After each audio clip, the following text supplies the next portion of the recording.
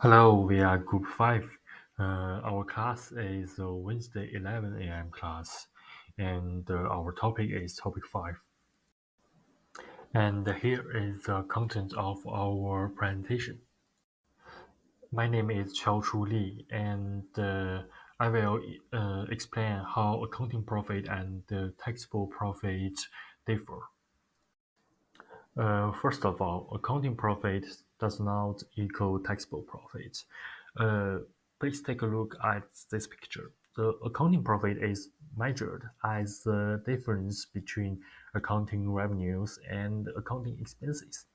But taxable profits, as you can see, is calculated as the difference between accessible income and the deduction.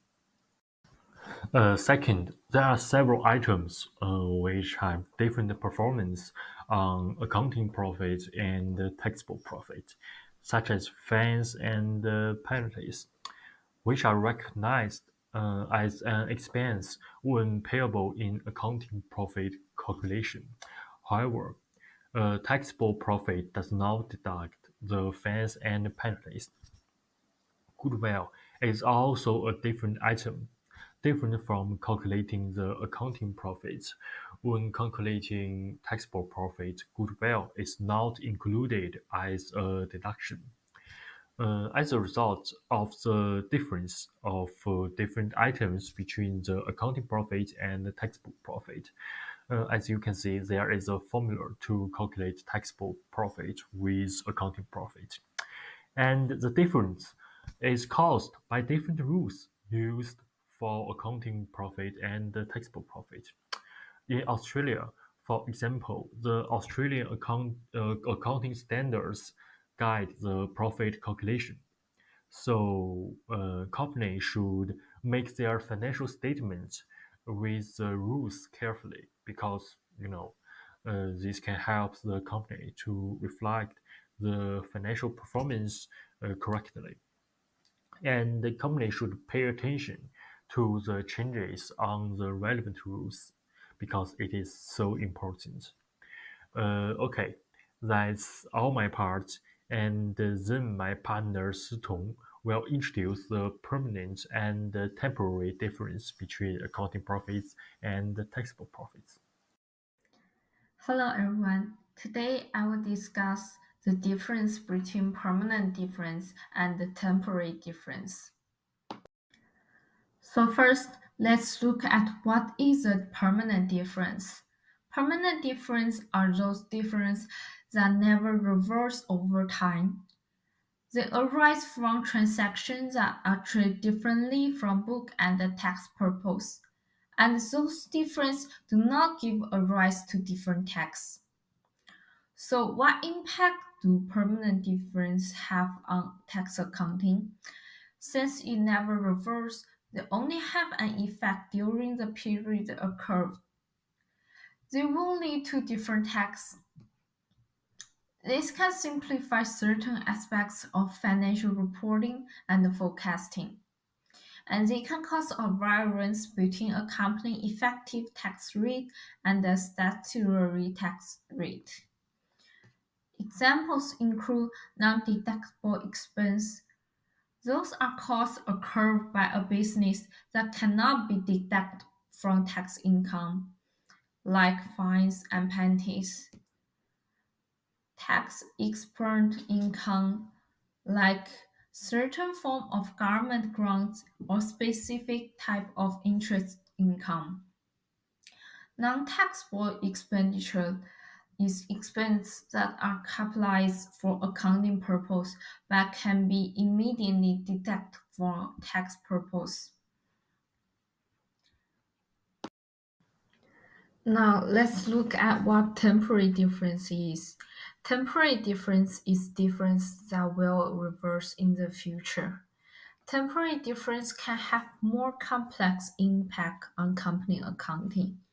If a temporary difference results in per textbook income that is higher than actual taxable income, then a deferred tax liability arises. This is because the company now have more income on its book than it record on its tax return. and the company knows that they will eventually reverse as the company income will increase, and therefore the tax will increase on future tax return. So book income being less than the tax income will result in the creation of deferred tax asset. And the only difference between the carrying amount and the tax base is a temporary difference that will reverse in the future. For example, research and development costs, accounts receivable, and the interest received in advance. Now I'm going to talk about the question, what is an exempt income and how does it affect the calculation or recovery of carry-forward tax losses? First, I want to introduce the exempt income.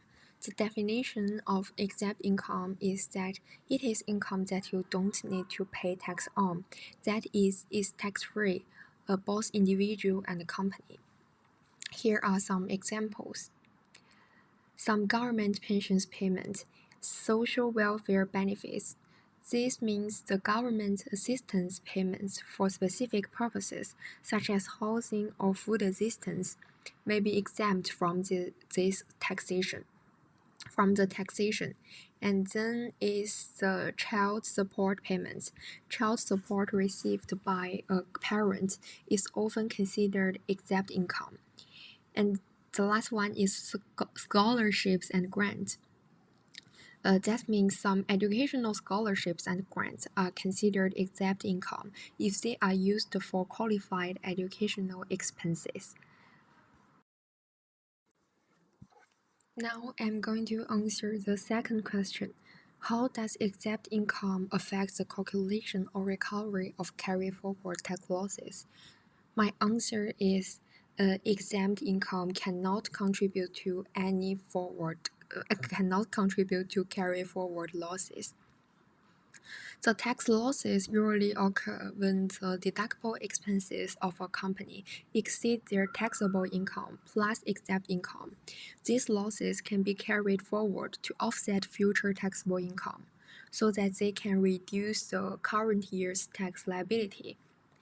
But from the picture, we can see that exempt income is already excluded from the taxable income, so it doesn't impact the calculation of carry-forward tax losses. That's why the exempt income cannot impact the calculation of the tax losses.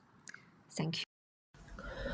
Next, I will answer the question that are all difference between carry amount and the tax base of assets and liabilities recognized as deferred tax asset or deferred tax liability? The answer is definitely no. Deferred tax assets and liabilities are recognized for temporary differences, which are differences between the carry amount and of assets and liabilities in financial statements and their tax base. Temporary difference can be either taxable temporary difference or deductible temporary differences. Taxable temporary difference can create deferred tax liability, and a deductible temporary difference can create deferred tax asset. However, not all temporary differences give rise to deferred tax assets or liabilities, such as goodwill. Here are two main reasons. The first reason is that temporary differences that are not expected to reverse in foreseeable future are not recognized as deferred tax assets or deferred tax liability. Additionally, the recognition of deferred tax asset is subject to a probability threshold. The organization must assess whether it's more likely than not, normally greater than 50% chance, that the deferred tax asset will be realized in the future. Only those temporary differences that are expected to reverse in the future and give rise to taxable or deductible amounts are recognized as deferred tax assets or deferred tax liability in accordance with accounting standards. And the second reason is that under some certain situations, If a transaction is not a business combination or intragroup transactions, and the transaction or initial recognition of the asset and liability does not affect accounting profit or taxable income at the time of the occurrence. In this case, the temporary difference between between the carrying amount and the tax basis of the assets and liabilities arising from the transaction is not recognized deferred tax assets or deferred tax liabilities based on related accounting standards. In one word, the recognition of deferred tax liability or deferred tax asset depends on the nature and timing of these differences, as well as the applicable accounting standards and tax regulations. Hello everyone, I'm Carrie. Let's dive into question number 5. So if tax rates in Australia shift, what action should a company take? Well, in my opinion, the immediate step is to adjust the value of its deferred tax assets and liabilities. The deferred tax assets and liabilities arise due to temporary differences between accounting and tax treatments. They're essentially an estimate of a future tax saving or a future tax amount owing to a taxation authority. For example, if an organization has recognized a deferred tax asset relating to a previous loss for tax purpose, and that previously carried forward tax loss was $1 million, and the tax rate is increased from 30% to 40%. The amount of the deferred tax asset will need to be increased from $300,000 to $400,000. This is because when the organization subsequently earns a taxable profit of $1 million, it will be able to offset the loss against the $400,000 in tax that would otherwise be payable under the revised tax rate. The $100,000 increase in the value of the deferred tax asset would be treated as income, given that the carrying amount of the asset has been increased. Just as the example shows, an increase in tax rates will create an income where an organization has deferred tax assets, whereas a decrease in tax rates will create an expense in presence of deferred tax assets. And for deferred tax liabilities, the situation is reversed. Where there are both deferred tax assets and deferred tax liabilities at the time of a change in tax rate, there will be both gains and losses, and the net amount would be treated as either income or an expense.